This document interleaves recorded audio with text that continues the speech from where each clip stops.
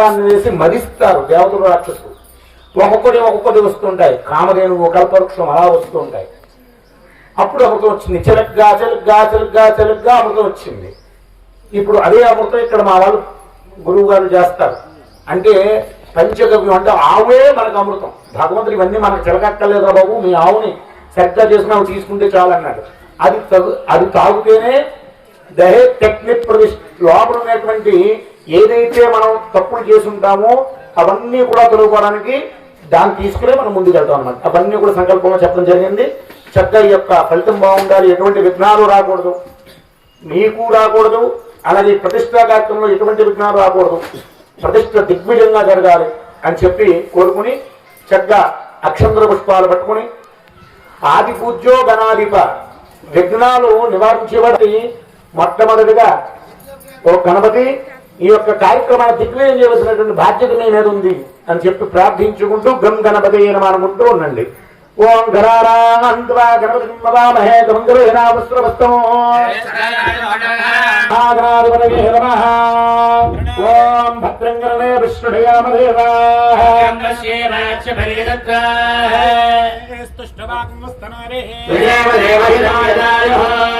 స్వస్తిన ఇంద్ర వృద్ధశ్రవాహర్తదే సర్వా ఖల్వేదా బ్రహ్మాసి సాక్షాదాత్మసిరిత్యవస్మే అవబ్రహ్మాంతారో అవశ్రోతారో అవధాతారో దక్షిణాతాదే అవచోర్ధాతాదే సర్వదోమాం బాహ్య బాహ్య సమంతామయస్వంజన్మయః ఆనందమయస్వ బ్రహ్మమయః సచ్చిదానందాత్రియోసి ప్రత్యక్షో బ్రహ్మాసి జ్ఞానమయో విజ్ఞానమంజగతిదం తత్పరశ్రేష్ఠతే పయలయమేష్యతే సర్వం జగతిదం ద్వయి ప్రత్యేతే అంభో వేరాపో నలో నిలో నమః దేహత్రయాతీతః కాలత్రయాతీతః పురాధారే స్థితో నిత్యత్రయాత్మకః యోగినో ధ్యాయంతి నిత్యం బ్రహ్మాస్మేశ్వరనందరో పరస్వర పరతరః కారేణ రుద్ధం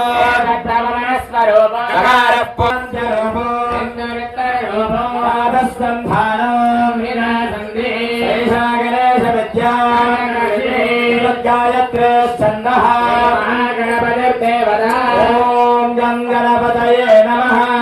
కదంతాయ విద్మహే గంధారుద్ధాంగాయ రక్తవత్తే శుభోజితో జగత్కారణవత్సదో ఆవిర్భూతం జగత్స్యాదో ప్రకృతే పురుషాత్పరో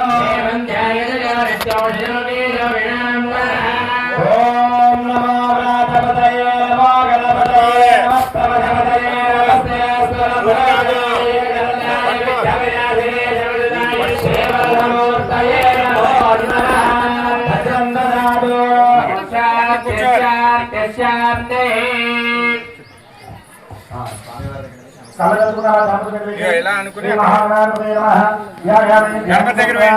ఆవాహయామి ఆవాహనం సమర్పయామి. మళ్ళీ 2 అక్షంతలు నవదర్శిత బ్రహ్మసమాసాఖ్య ఈ అక్షరాన్ని సమర్పయామి. వదనం పాదయోః పాద్యం సమర్పయామి. 3 సార్లు నీళ్ళు చల్లండి. ఆస్తో దివ్యబాలారంభయోః పాద్యం సమర్పయామి. అస్తారంగయోః అర్ఘ్యం సమర్పయామి. ఆచమన్యాం సమర్పయామి. నమస్కారామి.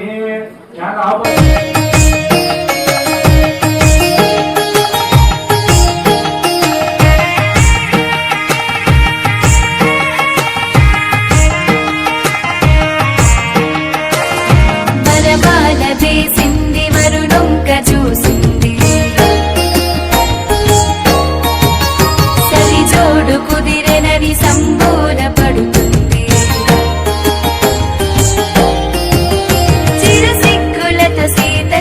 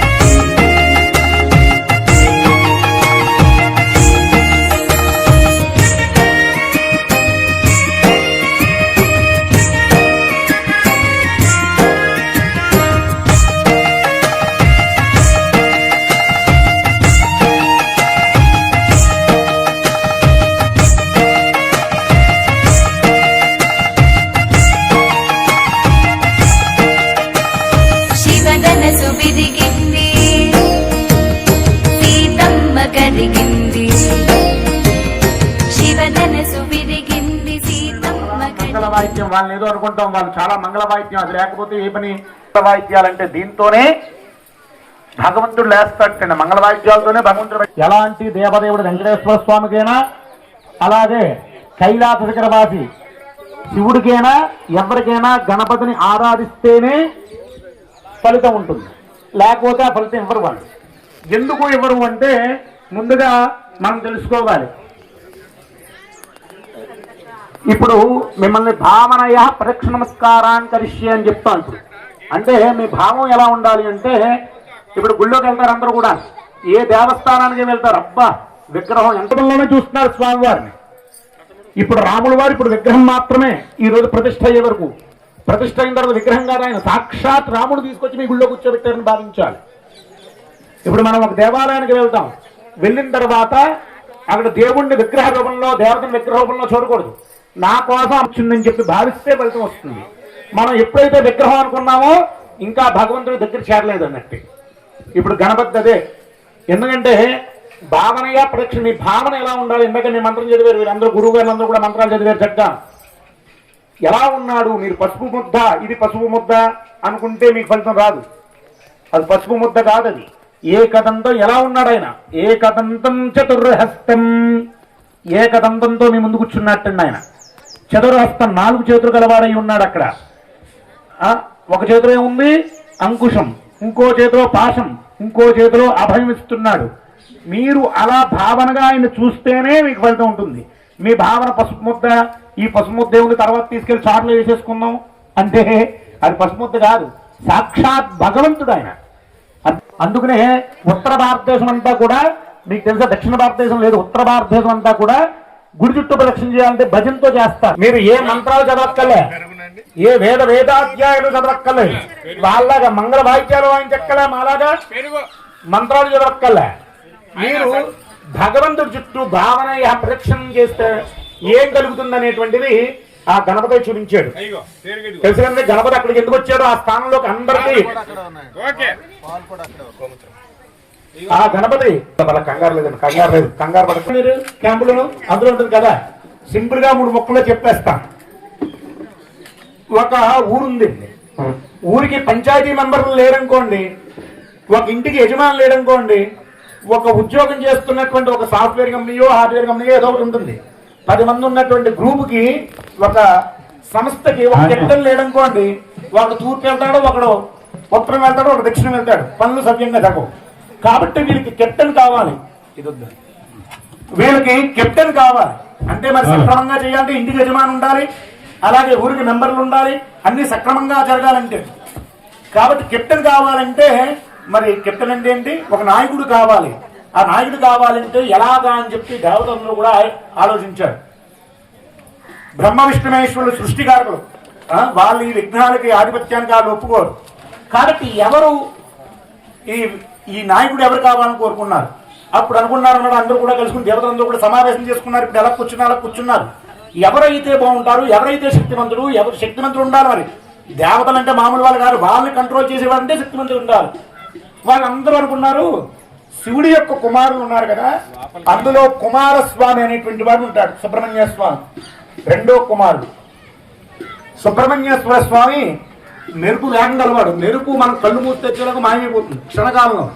దానికంటా దాటి వెళ్ళిపోబడ్డ ఆయన మెరుపు గంటా వేగంగా ఉన్న కుమార సంభవం అనేటువంటి దాంట్లో ఆ యొక్క సుబ్రహ్మణ్య స్వామి యొక్క గురించి చెప్తాడు. ఆయన తారకాసురుణ్ణి చాలా మందిని రాక్షసం సంహరించాడు. ఆయన మెరుపు వేగంతో ఉంటాడు, శబ్దం కూడా ప్రయాణం చేయలేకున్నాడు. శివుణ్ణి అడగాలి, మరి తండ్రిని అడగాలి కదా. దేవతలందరూ కూడా కైలాసానికి వచ్చారు. కైలాసానికి వచ్చి మాకు ఉన్నటువంటి 2 కుమారులు, 2 కుమారులు, 2 కుమారులు ఉన్నారు. మరి 2 కుమారులు ఒకరికి ఇస్తే ఇంకొకరు తక్కువ అన్నట్టు వస్తుంది ఇక్కడ శక్తి, అవును కదండి. కాబట్టి మనం మొదటిగా పట్టాభిషేకం చేయాలంటే ఎవరికి చేస్తాం, పెద్ద కుమారుడికి చేస్తాం, జ్యేష్ఠుడికి. వాళ్ళ మనసులో ఏముంది, 2వ వాడు ఉంది అని. ఎందుకుంది, పెద్ద కుమారుడు అసమర్థుడు అని చెప్పి ఉంది వాళ్ళకి, చిన్న కుమారుడు మీద అంత గొప్పవాడు కాదు అన్నట్టుంది. అందుకు శివుడు అన్నాడు, ఏది ఇవ్వాలన్నా ఈ యొక్క దేవతలకి అందరికీ గణాలందరికీ కూడా ఆధిపత్యం ఇవ్వాలంటే మొట్టమొదటిగా నా కుమారుడు తగినవారో కాదు మీరు కోరేసుకుంటారు. నా కుమారుడు చదివారు, మీలోనే ఉండొచ్చు ఎవరో ఒకరు గొప్పవారు. సరే, మీ మనస్సులో నా కుమారులు ఎవరినో నియమిద్దాం అనుకున్నారు కాబట్టి వారిద్దరూ కూడా సరైన వారో కాదు తెలుసుకున్నాం వారి యొక్క శక్తి సామర్థ్యాలు, మీతో పాటు నేను కూడా తెలుసుకోలేదు ఎన్ని రోజులు అని చెప్పి, కుమారులారా ఈ దేవతలందరికీ కూడా ఆధిపత్యానికి ఒక నాయకుడు చేయాలి. కాబట్టి మీలో ఇరువురిలో ఎవరైతే శక్తివంతుడో, ఎవరైతే బుద్ధిమంతుడో, ఎవరైతే అన్ని విధాల సకల అన్ని కార్యాలు నిర్వహించగలడో వారికి ఈ ఆధిపత్యం ఇవ్వడం జరుగుతుంది. దీనికి ఎందుకంటే నాకు తెలుసు, కానీ వీళ్ళందరికీ కూడా తెలియాలి కదా, ఎవరికి దేవతలకు కూడా ఎవరైతే తెలియాలి కదా. కాబట్టి మీ ఇరువురు కూడా పరీక్ష పెడుతున్నాము. ఈ యొక్క సృష్టిలో ఉన్నటువంటి ఎన్నైతే క్షేత్రాలు ఉంటాయో, అంటే ఈ క్షేత్రము ఆ క్షేత్రం కాదండి, ఎన్నైతే క్షేత్రాలు అన్ని క్షేత్రాలు, అలాగే ఎన్నైతే నదులు ఉంటాయో పుణ్యనదులు అన్నీ కూడా వెళ్ళి క్షేత్రాలు దర్శనం చేసుకుని నదిలో స్నానం చేసి ప్రప్రథమంగా ముందుగా నా దగ్గరికి ఇక్కడికి కైలాసానికి ఎవరైతే వస్తారో వారికే నాయకుడు కింద ఇస్తాను యుద్ధానికి అధిపతి అన్నారు. వెంటనే కుమారస్వామి ఆయన నోట్లోంచి అలా మాట వెంటనే ఆనందపడిపోయాడు. ఆహా, అన్ని చుట్టావాడు నన్ను మించిన వాడు ఎవడున్నాడు అనుకున్నాడు. వెంటనే శివుడి దగ్గర ఆజ్ఞ చేసుకున్నాడు, నమస్కారం చేసుకున్నాడు. ఆయన యొక్క వాహనం ఏంటి? నెమలి. నెమలెక్కేదే జుమ్మని మెరుపు వేగం తెలిపాడు క్షేత్రాలకి. అందరూ కూడా ఆశ్చర్యపోతున్నారు, చూసారా అది కుమారస్వామి వేగం అనుకుంటున్నారు. శివుడు చిరునవ్వు నవ్వాడు, ఎందుకంటే లోపల ఆయన తెలియందే ఉంది. ఆయన మనసులో చూసారండి, అది బుద్ధిమంతుడి యొక్క లక్షణం. ఈ క్షేత్రాలకు వెళ్ళమన్నాడు, ఎక్కడో క్షేత్రమే, శివుని నుంచి క్షేత్రమే ఉంది. అవునా? మొట్టమొదటి అయిపోయింది, క్షేత్రం ఇక్కడే ఉంది. రెండోది గంగతే తండ్రి గారు ఈ పరీక్ష పెద్దవేది అని చెప్పి వెంటనే శివుడి చుట్టూ ఆయన నమస్కారం చేసుకుంటూ ప్రార్థన ప్రదక్షిణ చేయడం మొదలుపెట్టాడు. ఏస్తారు ప్రతి ఒక్కరు కూడా శివుడి చుట్టూ ప్రదక్షిణ చేయాలంటే ఓం నమస్తేయ ఓం నమస్తేయ అని చేస్తారు, కానీ ఆయన అలా చేయలేదు. అకారవు ప్రబంధరాదు ఓం నమో నారాయణాయేతి మంత్రో భాషక అంటున్నారు అక్కడ. చూసారంటే శివుడు వేరు విష్ణు వేరే, మనం కొట్టుకు తెస్తాం. మనం పొద్దున్న ఎత్తే అది శివాలయం విష్ణువాలయం, ఎక్కడికైనా వెళ్ళి ఆ భగవంతుడి దగ్గరికి వెళ్తాం. శివుడు విష్ణు వేరుగా ఇద్దరు. అలాగే రుద్రం నమ్మకం చమకం ఉంటుంది అభిషేకం చేయాలంటే, రుద్రాభిషేకం అంటారు. నమ్మక మంత్రాలన్నీ కూడా శివుడి యొక్క మంత్రాలు, చమక మంత్రాలంతా కూడా విష్ణువుకి సంబంధించిన అగ్రా విష్ణు సజోజ గేమాంగిరాంచాలంటే అక్కడే కారణం అండి. వెంటనే నమో నారాయణాయ అంటూ శివుడు చుట్టూ ప్రదక్షిణ చేయడం మొదలెట్టాడు. ఈయన అలా ప్రదక్షిణ చేస్తుంటే కుమారస్వామి ఏ క్షేత్రం దగ్గర అయితే దిగుతున్నాడో ఆ క్షేత్ర దర్శనం చేసుకుని వచ్చేస్తున్నాడు. ఈయన ఏ నది గణపతి పద్మ శరీరం జయ జయ గణపతి దివ్య నమస్తే గజముఖవత్వం గిరిజాపుత్రం విషప్రియం. ఇప్పుడు కాలం పడుతుంది మళ్ళీ. కరరుత పరశం కంకణపాణిం కబలిత పద్మరుచిరం సురపతి వంద్యం షటికతాళం షడ్గరితాళమిదం తలమిదం తత్ షడ్గరితాళమిదం లంబోదరవర కుండయనత్రయవర నాగ విభూషిత నానా గణపతితం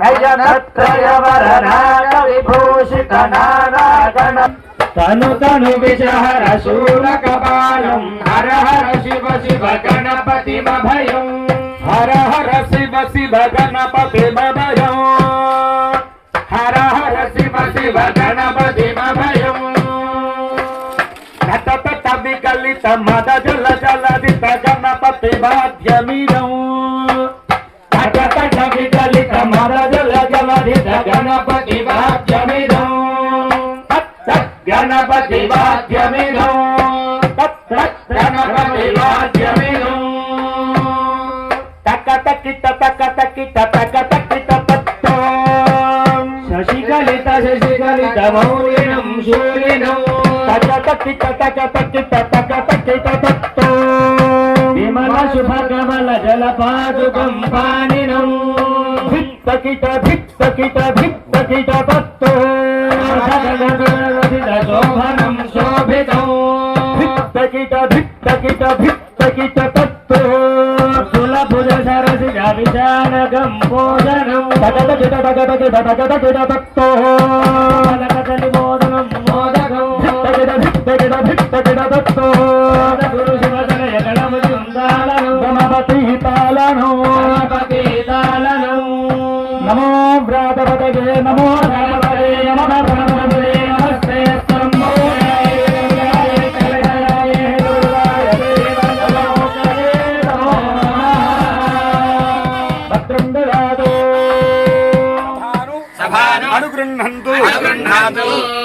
सभासदः सपरिवार देवता चेत श्री कोदम रामचंद्र स्वामी देवता प्रतिष्ठाधिकार सिद्धिर्भवन्तो भगवन्तो प्रतिष्ठाधिकार सिद्धिरस्तु परिवार देवता अनुग्रह प्रसाद कार्य सिद्धिरस्तु उच्चत्रय पूजा क्षंगर्म करिष्ये उच्चत्रय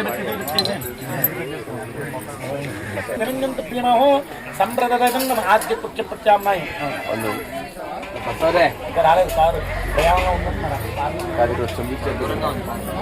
అలాగే మామూలు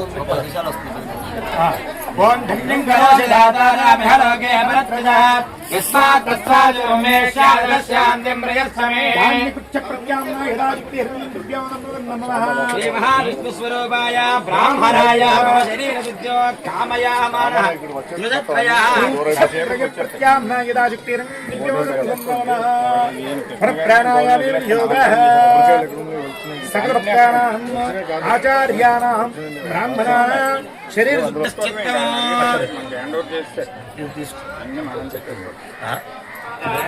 సంవత్సరా దేవాత్మానం పురుదేశ ప్రీత్ర సంవత్సరస్వాత్మానం పురుదే సామాగో నమస్యాముదే యానోన్యోమరిగీత్వా జుచేత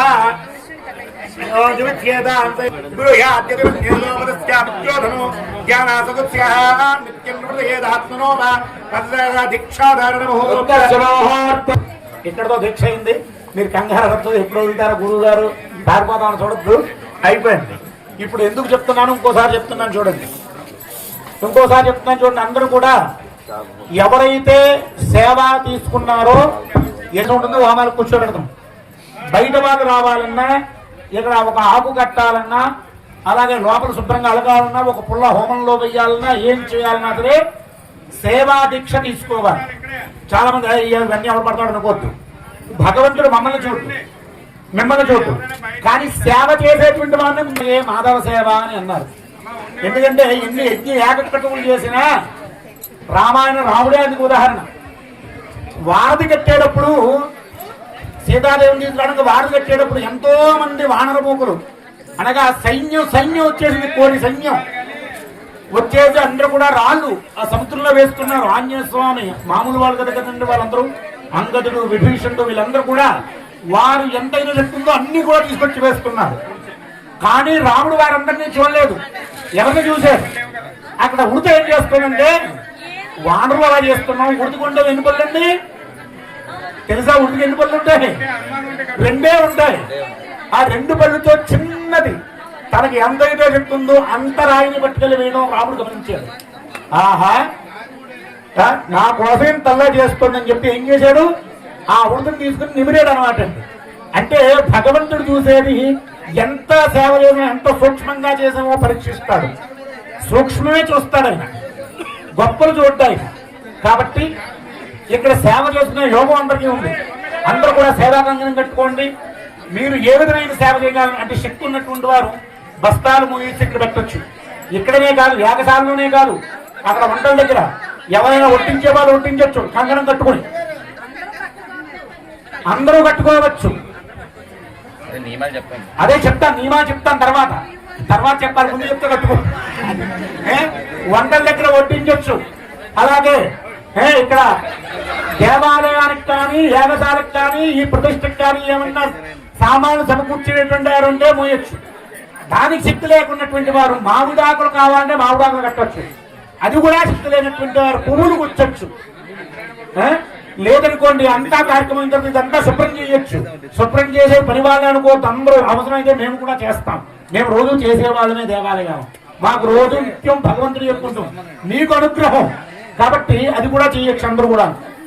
ఒకవేళ అది కూడా చేయడానికి అవకాశం లేనటువంటి వారు, అంటే నడుము నొప్పి పడుతుందని అనేటువంటి వారు ఉన్నారనుకోండి, చక్కగా వచ్చిన వాళ్ళకి మంచినీళ్ళు అందించవచ్చు. అలాగే ఏమేమి కావాలో ఇక్కడ వచ్చిన అందరికీ కూడా ఇచ్చేటంటే సేవాగుణం. అయితే ముందుగా దీనికి ఒక దీక్ష ఉంటుంది, ఒక నియమాలు ఉంటాయి.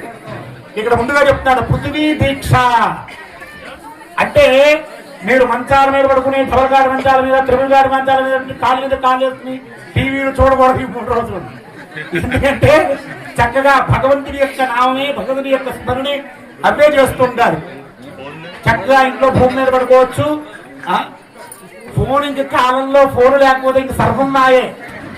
ఇప్పుడు సర్వం ఈశ్వరమేమో, ఇప్పుడు సర్వం ఫోన్ లేకపోతే ఏమీ వచ్చేది కాబట్టి అది తప్పదు.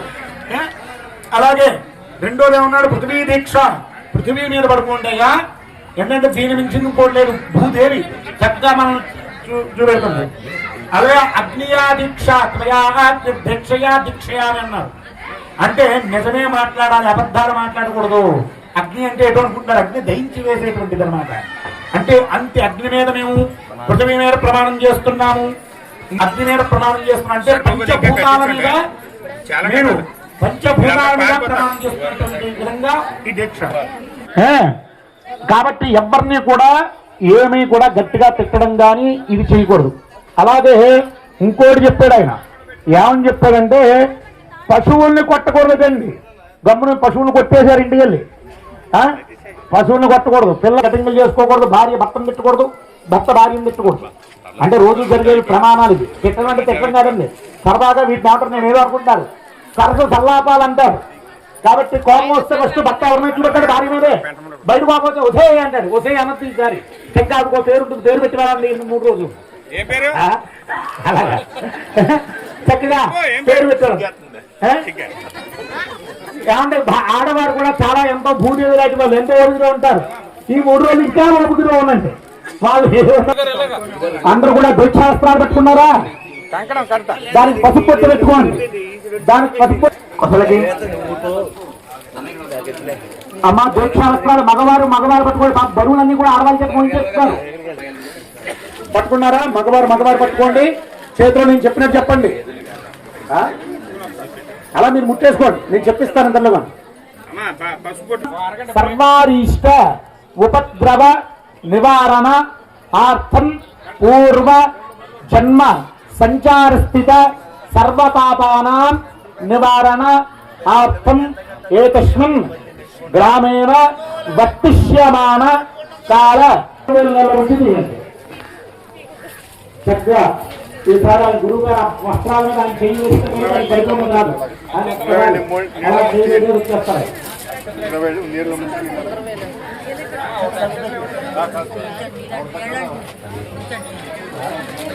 అలాగే చక్కగా ఇప్పుడు మీరు అమ్మ ఆయన చేయవేస్తారు అన్నింటి మీద ఉన్నాను. మీరు ఒక 10 నిమిషాలు ఒక అరగంట సమయం ఉంటుంది. మీరు ఇంటికి వెళ్ళేమన్నా నిర్వర్తించుకుని అప్పుడు ఆ దీక్ష పెట్టుకోండి. కాఫీలు టీలు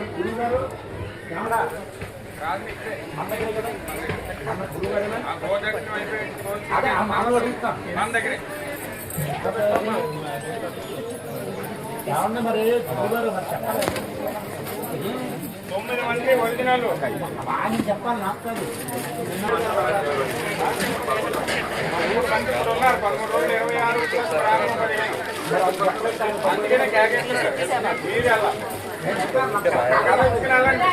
26 అమ్మ నేను వస్తాను. మీరందరికి కూడా ఈ 3 రోజులు కూడా ఉదయం మధ్యాహ్నం భోజనం అర్థమైందా? కాబట్టి రుచి ఆలోచించద్దు, చక్కగా గ్రామం చేసుకోవాలి, పెడతారో తినాలి. రాత్రి మాత్రమే కాకుత్యాలు నిర్వర్తించుకుంటే ఇంటికి వెళ్ళి కాకుత్యాలు తీసుకుని వచ్చే కల్పాలను తీసుకుంటారు. కానీ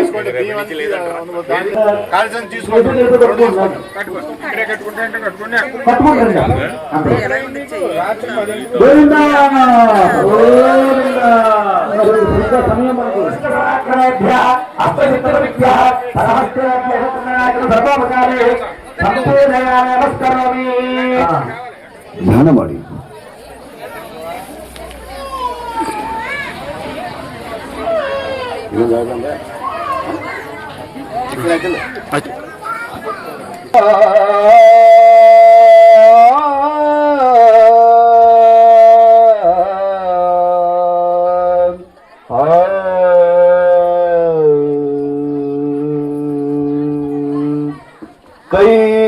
कैलासवास गौरीश ईशा गौरीश ईशा